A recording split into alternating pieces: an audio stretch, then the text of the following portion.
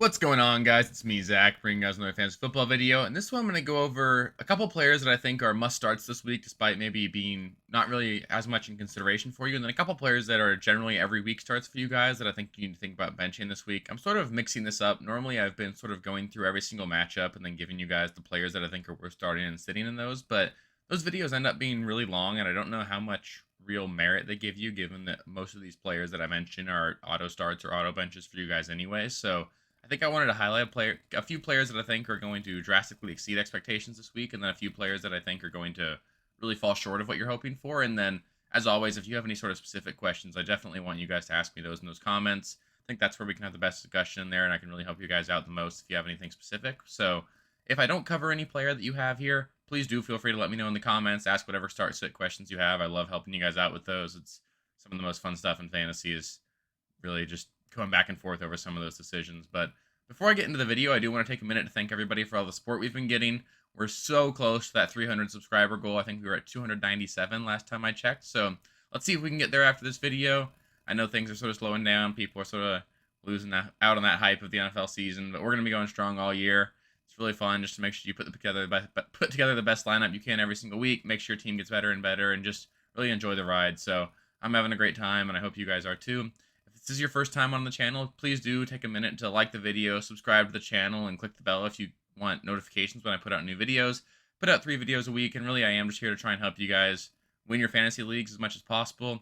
I'm in 5 leagues this year, and that's honestly part of what keeps it a lot of fun is just making sure that you always have stuff to do and making sure that you can make sure your team gets better every single week. And I want to make sure that I'm along that journey with you guys and hope we can get as many championships between all of us as possible. But with that, let's get into the first player that I think you need to start this week. My first player as a start of the week this week's going to be Ezekiel Elliott. I think for most of you, he's probably a start, but I just wanted to highlight him because I really think he's going to be a top 10 running back this week. I think he's got a really awesome matchup against the Detroit Lions, who really can't seem to stop anybody on the ground. He's still been averaging over 15 carries per game. He's got 94 through 6 weeks, and he's somewhat involved in the passing game, although not as much as we've seen in the past. But I think that could change with Dak, one of his good friends, coming back to play. Dak's also going to make this offense just a lot more potent. They're going to be a lot more scoring opportunities, so I wouldn't be shocked at all to see Zeke go for over 102 touchdowns this week. I think there's probably this was definitely a bit of a buy low window on Zeke. I think I mentioned him in my most recent buy low sell high video that I'd be looking to trade for Zeke. I traded for Zeke in one of my leagues ahead of this week, so really hoping that he can put together a really good stretch. He's got the Lions this week, and he's got the Bears, the Vikings, and the Packers over the next 3. So I think he's going to be in for a really good stretch over this next month. I think he's going to be a guy that you want to lock in your lineups, and then maybe you can look about selling high after that. But for now, you got to play Zeke. He's going to be awesome this week, especially. In that same game, another guy I think is going to be a must start for you guys this week is Michael Gallup. I'm playing him in both the leagues that I have Gallup, and I think that he's really just in line to have a really quality game. This game is going to be a super high scoring game between the Lions and the Cowboys. It is possible that the Cowboys defense manages to shut down the Lions offense, but the Lions are coming off of their bye. They're a really well coached team, so I expect them to figure out how to put up points. And Gallup is going to be a big part of the reason that the Cowboys keep pace. The Cowboys are going to be a much better offense with Dak coming back. He's got a pretty clear rapport with Dak as well, going back to last year. And he's a full-time player now. He's been running just as many routes as CD, just about. And he's just a good player. He's been involved. Last week, I know, might be scaring some of you guys off with how bad last week was, but that's Cooper Rush against the Philadelphia Eagles. It's quite a different scenario this week with Dak versus the Detroit Lions. I think Gallup's going to be in line to score his second touchdown of the season this week, and I think he'll probably have 5 catches for 80 yards as well. So Gallup's going to have a big week this week, and I'd hate for that to happen on your bench. So now on to a guy that I think might be off of a lot of your guys' radar is going to be DeAndre Carter. I think DeAndre Carter is going to be a guy that you want to get into your flex spot this week. The Chargers faced the Seahawks, who have been really unable to stop anybody other than the Cardinals last week, and I think that was more of a Cardinals issue than anything about the Seahawks having figured stuff out. Joshua Palmer's already been declared out for this game with concussions, so at worst, DeAndre Carter is going to operate as the number 3 wide receiver in this offense, and I would bet on Keenan Allen missing this game as well. He mentioned himself that he wants to play it safe with his hamstring injury, and they got their bye in Week 8, so it just makes too much sense for Keenan to sit this one out, and that's going to make DeAndre Carter the number 2 wide receiver and really the main underneath threat for this Chargers offense. Obviously, they'll still down to Eckler and Everett, but this is going to be a really pass-heavy team, and it's going to be able to score a lot of points on the Seahawks, and really, I think that DeAndre Carter is going to be super involved, especially if Keenan does miss this game. I wouldn't be shocked at all to see Carter to get more than 10 targets. He's really explosive after the catch. He can do a lot with the ball in his space, and he is their kick returner as well. So if your league happens to reward that, he could definitely add a little bit of value there. But DeAndre Carter's going to get probably 5, 6 receptions for 70 yards this week and have a shot to score. So, especially in PPR formats, Carter's a guy that I think you can play, and he's especially valuable if Keenan misses. But even if Keenan doesn't miss this game, he's going to be the number 3 wide receiver there. Even if Keenan plays, I doubt he'll be on a full snap count. So Carter would see more work than usual, and Carter's he's going to be a part of an offense that's going to score a lot of points this week. So he's a guy that I want to get in my lineup.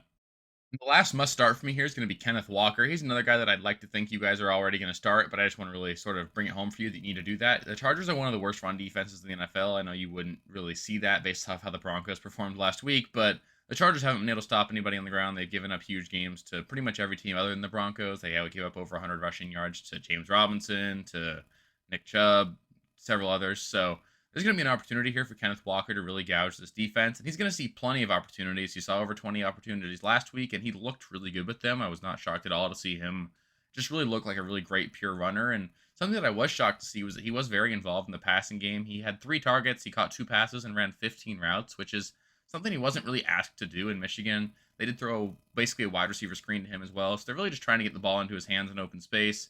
He's going to be a big part of this offense, and Tyler Lockett might miss this game as well, so it's going to open up a lot more opportunity for these running backs and maybe make the Seahawks want to get the running backs more involved in the passing game. So Walker's got a legitimate shot to finish as the running back 1 this week. I wouldn't be shocked at all to see him put up 125 plus yards, 2 touchdowns, and a couple receptions. So you got to start Kenneth Walker this week. He's going to be an RB1, and honestly, he'll probably be a high end RB2 the rest of the season. The first guy that I think you absolutely need to sit this week is going to be Jerry Jeudy. He's been pretty clearly the number 2 passing option in this offense, and it's been an offense that just can't function at all. Hamler is also the guy in this Broncos offense that offers that big play potential. So even though the volume's not there for Jeudy, you might be thinking that you could get a big play. He did have the one big play in week 1, but really KJ Hamler is the deep threat in this offense. I wouldn't really bet on a big play bailing you out either with Jeudy. And Russ is banged up this week. He's got a hamstring injury. He's got a shoulder issue. So we're going to see an injured Russ if he plays, and Russ has looked bad when he's been healthy so far this season. And if Russ sits, we'll see Ripien, which there's no way Ripien's an upgrade. I mean, maybe he is, but I doubt that. So this offense is going to have a tough time scoring points against the Jets defense. It's actually pretty decent. They held the Packers to 10 points last week, and honestly, the Jets defense looks like it's going to be much better than it has been in previous years. So this isn't the favorable matchup it's been in years past, and this is an offense that's just really struggling. I can't see myself starting any Bronco other than Courtland Sutton this week, and I don't want you to start Jeudy and see him get 3 for 37 this week. Another guy that I think you absolutely have to sit this week is going to be Brian Robinson. He did have 17 carries for 60 yards and a touchdown last week, which might have some of you thinking that they're going to be better days ahead, but he was extremely inefficient. Those 17 carries for 60 yards, that's under 4 yards per carry. That's not what you'd like to see out of your running back, and the TD was really just gifted to him on a muff punt. This Washington offense is going to have a tough time moving the ball. Now they're down to their backup quarterback, so should get even worse for them in that regard. So I don't think there's going to be many scoring opportunities, and they play the Packers, which should get up pretty early on them. The Packers are going to be upset about their last week performance. They'll jump out to an early lead here, and then the Commanders are going to have to play catch up and throw the ball around a bit more. And Brian Robinson just isn't involved in the passing game. I don't think he even has a target yet to this point on the season.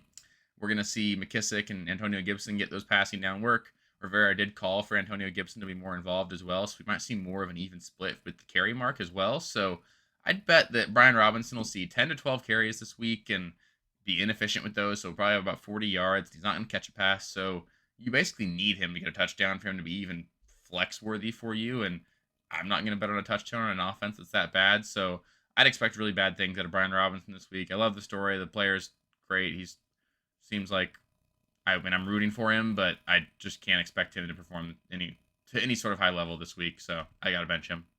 My next sit this week's going to be David Montgomery. I think the Bears are going to have a really hard time moving the ball up and down the field against New England on Monday, and they've also mentioned that they want to take the hot hand approach at the running back position, which means that Khalil Herbert should see some more opportunities, and honestly, I think Herbert's the more talented pure runner. He isn't quite as good in pass protection, and I don't think he's as good of a pass catcher, so I think that's part of why they keep wanting to get Montgomery out there, just because he's more reliable, but Herbert has explosive runs every time he touches the ball. He's a much better player to me, and I have a hard time seeing Montgomery getting more than 15 carries this week, maybe a catch or two, and I think that's maybe usable because you probably have to use him, honestly, given that he's probably drafted as your RB2. There's a lot of buys and injuries this week, so it's going to be tough for you to find a better option, but I'd definitely lower my expectations on David Montgomery. I just think this Bears offense is going to maybe score 7 to 10 points this week, and then you're banking on that one touchdown being Montgomery, and I don't want to bet on that at all, so I'd like to try and find better alternatives to Montgomery, but if you can't, just expect 10 or less points out of him probably.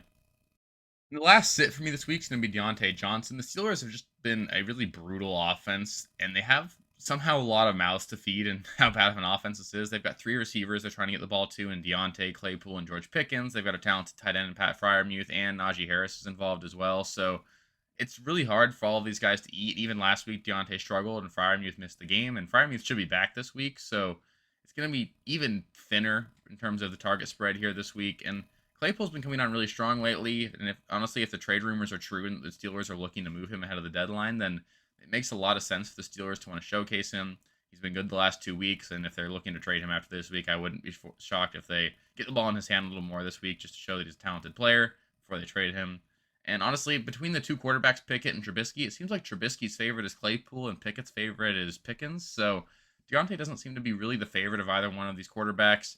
Definitely Pickett is the better option for you if you want to play Deontay, but we don't know if he's going to play. Even if he does play, there's always that risk of re-injury with him. So I really just think Deontay's going to have a hard time. He might see 7, 8 targets this week, and he's a good player. I think he's a really talented receiver, actually, but this offense is just too bad for me to trust a receiver that's splitting targets with so many offensive players. And honestly, there's maybe going to be 1 or 2 touchdowns to go around for the Steelers offense this week, and it's going to be hard to really trust Deontay to get one of those. So you're generally hoping that Deontay volumes his way to good production, and he's just not getting as much volume. He hasn't been as efficient with it, and I'd like to sit Deontay this week, and honestly, he'd be a guy that I'd probably be looking to sell low on ahead of the rest of the season. I just don't think he's going to return what you drafted him for. Thank you guys for watching. If you haven't already, please be sure to subscribe to the channel, like the video, check out these other videos here if you haven't. If you want more content, please feel free to follow me on Twitter at RealSteelFFB. I'll be more active on there as the season goes on. Thanks. Catch you later.